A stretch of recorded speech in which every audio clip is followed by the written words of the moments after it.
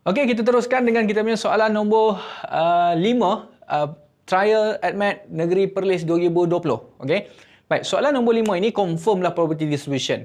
Kenapa kita kata dia confirm probability distribution? Sebab kalau kamu lihat dalam soalan pun dia dah bagi dalam bentuk graf, dan graf ini adalah graf normal distributed ataupun normal distribution graph. Okey. Baik, diagram 1 shows a normal distribution graph. So guys, tengok dekat sini, normal distribution dia dah bagi tahu siap. Dalam kita punya taburan kebarangkalian ataupun kita punya normal dalam kita punya probability distribution ada dua bahagian. Yang pertama dia dalam binomial distribution, yang kedua dalam normal distribution. Ini case normally distributed normal distribution, ya.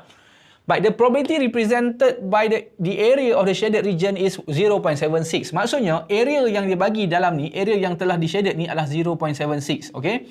So, maklumat ni maklumat yang sangat penting untuk kita jawab dalam soalan. So, kita kena faham 0.76 bermula daripada batas ataupun sempadan K ni ke kanan. Okay, ini yang maklumat daripada soalan. Ya? Find the probability that cover the area of the probability from that Z is cover from the K in between K and 0. K and 0. Maksudnya, area yang dia nak adalah area yang di bahagian sini, guys. Area bahagian sini. Jadi, guys, satu kita punya shaded region keseluruhan graf ini sama dengan apa? Sama dengan 1. Probability sama dengan 1, kan? Jadi, separuh sama dengan apa? 0.5. Separuh lagi sama dengan apa? 0.5. Maka dalam kes ni, untuk jawab soalan nombor A ni, very simple. So, macam mana? So, nak jawab tak susah pun. So, you buat apa? You nak ambil 1 tolak dengan 0.76, you akan dapat bahagian sini. Okay? Ataupun cikgu ambil sini 0.5 saja, kita tahu separuh adalah 0.5. So, 0.5, you ambil 0.76 dulu. 0.76. Ya, kita tolak dengan 0.5. Kenapa cikgu tolak dengan 0.5? Sebab kita buang bahagian separuh sebelah kanan ni. Okay, kita buang separuh kanan ni. Ya? So, kita dapat 0.26. 0.26 tu mewakili yang ni lah. So, yang ni lah 0.26. Sini lah kita punya 0.5 tadi.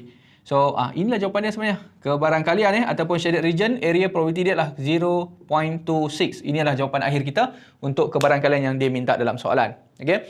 Baik, seterusnya kalau kita lihat kat sini, kita soalan nampak panjang sedikit. X is continuous random variable. Ya. Ini normal distribution lah. Which is normally distributed with mean. Inilah simbol untuk mean, mu. And variance. Ya. Variance adalah 2 to 5. Find the value of mean when the value of X is 57.7 correspond to the Z score is K. So, maksudnya berkait juga dengan soalan yang di atas. Alright? Baik, kalau kita perhatikan dekat sini, variance, ya, variance. So, bila sebut tentang variance, variance ni simbol dia adalah sigma square. 225. Jadi, kalau sigma sahaja sama dengan apa? Kalau you ambil kalkulator, ya, 225 you square root, you dapat 15. Ya, betul tak? Confirmkan dulu. Takut salah nanti, malu. Sabar. Ya, betul, 15. confirmkan ya. So 15 ya. So inilah sigma. Kenapa kita perlukan sigma saja? Sebab kita perlukan kita punya standard deviation. Standard deviation ataupun CCMPRY diperlukan untuk kita menyelesaikan dalam Z score formula. Apakah formula Z score? Formula Z score is equal to X minus mean bahagi dengan standard deviation. Nah, kita nampak standard deviation berada di situ.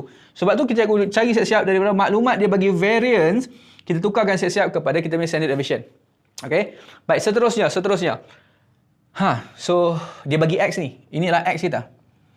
Okay, so yang penting, okay, so X kita dah ada, sigma kita dah ada, nak cari mean, of course kita kena tahu Z. Z ini adalah merujuk kepada bila mana K ni. So, you kena tahu dulu apakah kita punya nilai K ni. K ini adalah Z score. You nak kena buat apa? Siapa yang pandai pakai kalkulator, kamu boleh pakai kalkulator Casio yang baru tu. Tetapi kalau siapa yang nak gunakan manual method macam cikgu, you mesti ada benda ni. You kena ada guys, you kena graph guys. Nampak tak guys? You graph normally distribution apa tail punya, ya. Baik. Tapi berhati-hati, dalam graf kamu ada dua benda yang penting yang cikgu nak tekankan di sini. Okey.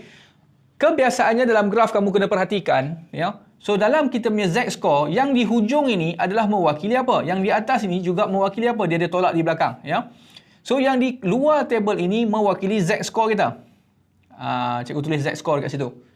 Kebarangkalian mewakili yang datar yang di dalam ni. Inilah kebarangkalian. Semua ni dalam kebarangkalian. Dan dalam soalan ni, kalau kamu perhatikan, K ini adalah kita punya Z score. Yang kamu nak cari Z score. Kamu nak cari Z score. Kamu nak cari Z score. Maka kamu kena ada kebarangkalian. Kebarangkalian yang mana? Merujuk kepada yang berkait dengan K. Tetapi hati-hati. Jangan gunakan 0.26 guys. Ini trik dia dalam soalan. Ada pelajar yang pergi cari dalam table 0.26, terus dapat jawapan. Kalau kamu tengok 0.26 dalam table 0.26 Z-score kalau ada you punya ni, ambil. Jawapan dia adalah 0.64 tolak 11 tolak 10, 0.643 Z-score. Tetapi salah. Sebab dalam Z-score ini bukan kita lihat di antara ni, kita kena tengok nilai yang di dalam ni. Okey. Berapakah nilai yang di dalam ni? Keseluruhan ni 0.5, keseluruhan 0.5 satu side. Sini dah makan 0.26, maka sini baki dia 0.24 guys. Dalam kamu math table, kamu kena cari 0.24, bukan 0.26. Siapa cari kita punya probability Z-score Sorry, kamu nak cari Z-score, kalau siapa yang gunakan kita punya kebarangkalian 0.26, kamu dah masuk dalam perangkap soalan ni. Soalan ni, dia test nak kamu, adakah kamu pakai 0.26 ataupun 0.24. Dalam kes ni, kena pakai 0.24. Sebab Z-score ini, kebarangkalian ni hanya boleh baca daripada Z-score positif ke kanan. Kalau you flip ke kanan pun, dia akan ada bahagian loraikan yang biru ini akan berada di sebelah sana. Yang mana kita ke kanan. So, kita nak cari nilai K ni berpandu 0.24. Cari dalam kamu punya table, 0.24, macam tak nampak, walhal nampak aja kat sini. 0.24, 0.24, 0.2420 paling dekat. Maksudnya Z-score kamu sini kamu tengok. Dalam table, yang paling dekat data dia adalah 0.2420. Ini kebarangkalian So Z-score dia adalah 0.70 So cikgu tulis sini So Z-score dia adalah 0.70. Tetapi tak tepat lagi. Kita nak 0.24 saja. 20 tu nak buang. Tengok sebaris yang ditolak yang luar sana. Nak tolak apa nilai dia? Nak tolak 20 tak ada. Tapi kita tolakkan dengan 18 paling dekat. 18 paling dekat. Tolak 18. 18 ni Z-score yang di atas dia mewakili berapa? Berapa tu? 6. So tolak dengan kita sambut 6. So 0.706. Guys, tengok ni guys. 0.706. Tapi jangan masuk perangkap kali kedua. Sebab 0.706 ini adalah Z-score positif.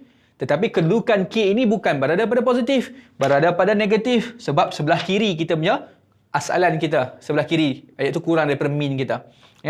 Maka baru kita ada data-data yang mencukupi untuk kita selesaikan. Guys. Z kita negatif 0.706. Sama dengan X dia dah bagi tadi. Ini X kamu. 57.7. Tolak dengan min yang kita nak cari. Bahagikan dengan sigma kita. Jangan masuk 225. Jangan masuk perangkap yang seterusnya. Masuk 15. Pindah. Kamu dapatlah jawapan. So, bagaimana dapatkan jawapan? Pindahkan 15 dulu. Tak apalah tulis dulu min Ini darab So, negatif 0.706. Kita darabkan dengan 15. Kemudian, yang ni pindah sebelah sini kan? Ini pindah sebelah sana. So, kita letakkan min di sini sama dengan 57.7 tolak dengan hasil tambah yang kita dapat daripada kurungan kita tadi. 0.7 tolak dalam kurungan ni. Dalam kurungan ni lah. Buat kurungan ni, petak. Kurungan petak ni. Okay, so pakai kalkulator guys. Come on. Berapa nilai kita dapat? 0.706 darab 15, negatif. So tambah dengan 57.5. So kamu akan dapat 68.29 Kamu akan dapat 68, min kita adalah 68.29. So ini adalah jawapan akhir untuk bahagian yang kedua guys. Nampak? Kadang-kadang kita pakai Z-score cari probability. Tapi dalam soalan ni, dia ada bahagian yang kedua. Kamu juga kena pandai bagaimana nak mencari Z-score daripada probability yang diberi. Tapi dalam kes ini unik sedikit sebab dia cuba nak perangkap kamu. Siapa yang masuk gunakan 0.26, masuk perangkap. Tapi sebenarnya Z-score kita gunakan probability 0.24. Terima kasih.